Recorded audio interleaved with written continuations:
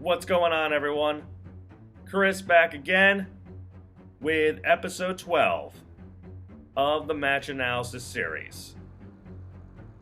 This time we're still sticking with Wrestlemania themed matches, and we're still sticking with Wrestlemania 31 this week. And we're talking about possibly my favorite match on that card, which had to end by either pinfall or submission, so it was essentially no holds barred. And that's right, I'm talking about the match between Sting and Triple H. So let's just get right into it. When the match starts, the two lock up, and Triple H is able to send Sting into the ropes, and Sting draws first blood by hitting Triple H with a shoulder block, sending him down. As Triple H gets back up, he is able to actually get a quick advantage with a go behind and a side headlock takeover, driving Sting to the mat. Sting is able to get back up in a side headlock and then shoots Hunter off the ropes, and Triple H then knocks Sting down with a shoulder block of his own. Triple H then does a DX crotch chop, which is a little foreshadowing for later in the match. After Triple H runs across the ropes again, Sting ducks down, and then he's able to fire back by hitting Triple H with a high hip toss and a drop kick, which draws a huge reaction from the crowd. From there, Triple H then slows things down. He drives Sting to the corner, and he's able to start hitting Sting with some right hands, which is able to get him the advantage. Then after that, he tries to send Sting into the ropes, which Sting reverses. Sting lowers his head, and Triple H hits his trademark face breaker, which Sting no-sells. Sting is then able to drop Triple H, and he goes for the Scorpion Deathlock, or the Sharpshooter, which Triple H fights his way out of and gets out, and he actually retreats to the outside of the ring. After coming back in, he's able again to start getting the advantage by hitting Sting with some right hands.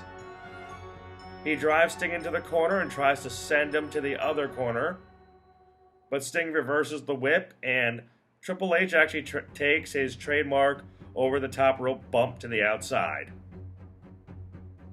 Sting now follows Triple H outside, and he goes for a Stinger Splash, but Triple H is able to dodge it, and Sting hits the barricade.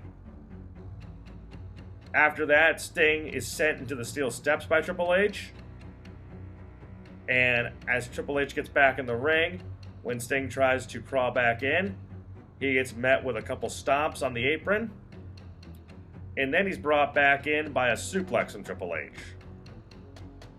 Triple H then hits Sting with his trademark knee drop, and then Triple H gets into a modified mount position and starts raining some punches down. Triple H then focuses on Sting's back by giving some more whips into the corner, which Sting sells by dropping down face first to the mat and holding his back. Triple H then takes some time to celebrate again by doing another DX crotch chop before going for a cover and a 2 count. Triple H then slows the pace down a little bit by putting Sting in a chin lock, and as Sting is able to fight his way out of it and actually be sent off the ropes after hitting Triple H with some elbows to break the chin lock, Triple H is able to hit Sting with the AA spine buster. Another cover and another 2 count. Once again, after Triple H goes for another rest hold chin lock, Sting is able to fire up and again gets out of the chin lock, and this time starts hitting Triple H with some rights and lefts in the corner. He sends Triple H into the buckle, but Triple H gets a boot up. Triple H then goes to the second rope and goes for a double axe handle, which Sting blocks. He's able to catch Hunter by the feet and take him down, and then put Hunter into the Scorpion Deathlock. When it looks like Triple H may tap out, that famous music hits, and the original DX Army runs out with Road Dogg, X-Pac, and Billy Gunn trying to make the save. Billy Gunn hits the ring first, and he gets taken out, and he gets clotheslined over the top rope. Sting then takes care of X-Pac and Road Dogg off the apron, only to turn around into a boot and an attempt at a pedigree. Sting responds by elevating Triple H over the top rope.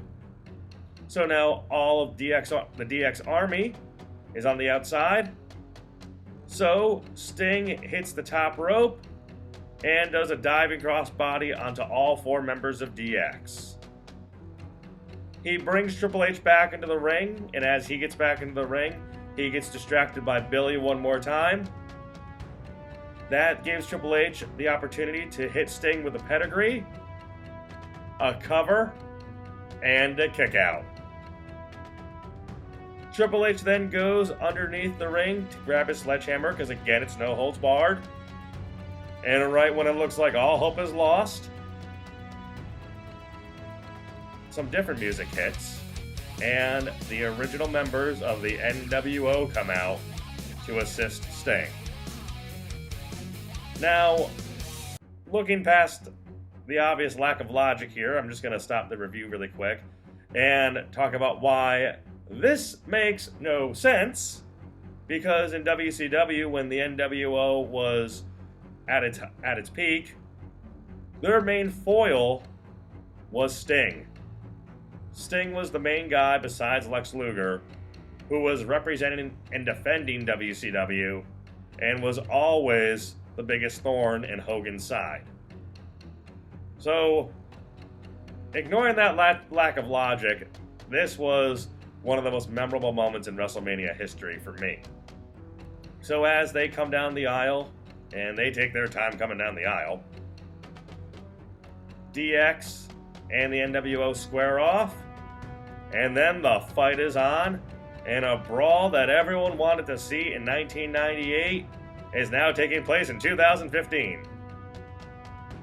Triple H is then distracted by this, so Sting comes up behind him and hits him with a Scorpion Death Drop. The cover, but Triple H is able to kick out.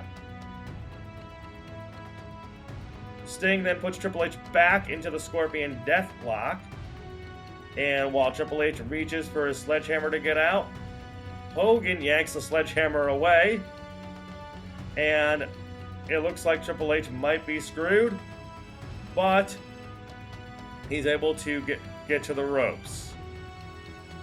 In the meantime, after Hogan had taken the sledgehammer from Triple H, X-Pac had posted Hulk Hogan and had taken him out of the picture. Kevin Nash then starts brawling again with X-Pac and Billy Gunn. And you also see Scott Hall go for his Razor's Edge, which I could not believe happened. You saw Road Dogg reverse it, and Scott Hall, at like almost 60 years old, took a backdrop on the outside, which I remember even back then, I was shocked by.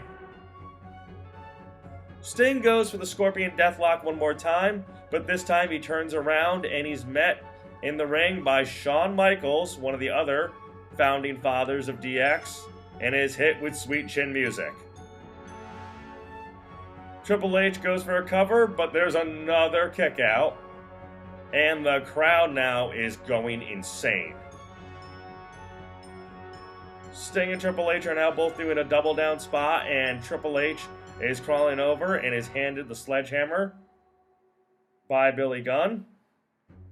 But Razor, or Scott Hall, hands Sting his trademark bat. They face off with their weapons, and Sting is able to hit Triple H in the gut with the bat.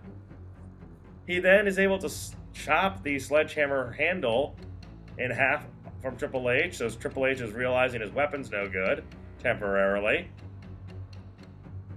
Sting then drops the bat and then starts beating down on Triple H with kicks and punches in the corner. He hits Triple H with a Stinger Splash. He goes for another one, but as he's running in, Triple H is able to grab the sledgehammer, hit Sting with the sledgehammer, and then he gets the count, and 1, 2, 3. Triple H wins the match. Now, for me, this was a very disappointing ending. I thought it was dumb to bring in Sting just to have Triple H beat him. As a side note, I did read that Triple H was willing to actually put Sting over and take the pin, but Vince made the final call that Triple H was going to win that match, which he did. Afterwards, they all get up, and now DX is in the ring, backing Triple H and making sure he's okay. The NWO is there to assist Sting up and make sure he's okay. And after months of feuding, and Triple H calling out Sting, and after a hard-fought match where both guys had representative factions help them, they end it with a handshake, which didn't make a lot of sense also because Triple H was a heel at the time. But that's how the match ends, and that's how, to me, one of the most memorable and one of the most fun matches, especially for an Attitude Era and Monday Night Wars fan like myself. For a fan like me, it's, like I said, one of my favorite matches in WrestleMania history. Would I like to see Sting win it? Yes. I do think they made a mistake there, and Sting would only have one other match in WWE, and that would conclude his tenure there. And say what you want to about AEW, especially after the shit pay-per-view they tried to feed us tonight. But Tony, for everything he does wrong, and he does a lot wrong, he handled Sting's retirement and Sting's booking way better than WWE did. So I just want to give them a little credit there, because I do hate on AEW a lot, because they do a lot of it to themselves. So let me know what you guys think. Let me know your memories of this match. Especially if you were an Attitude Era fan or a Monday Night Wars fan and were growing up and was a teen like me through it. I wasn't even a teenager yet for most of it, thinking about it. But let me know what your memories are of the Monday Night Wars, what you thought of this match, and what WrestleMania match you'd like me to talk about next. So thank you to everyone again for your likes and your comments. Don't forget to like and subscribe. And I'll be back again soon with another match analysis and with my next episode of What Could Have Been in Wrestling. So until then, thank you again, and take care, everyone.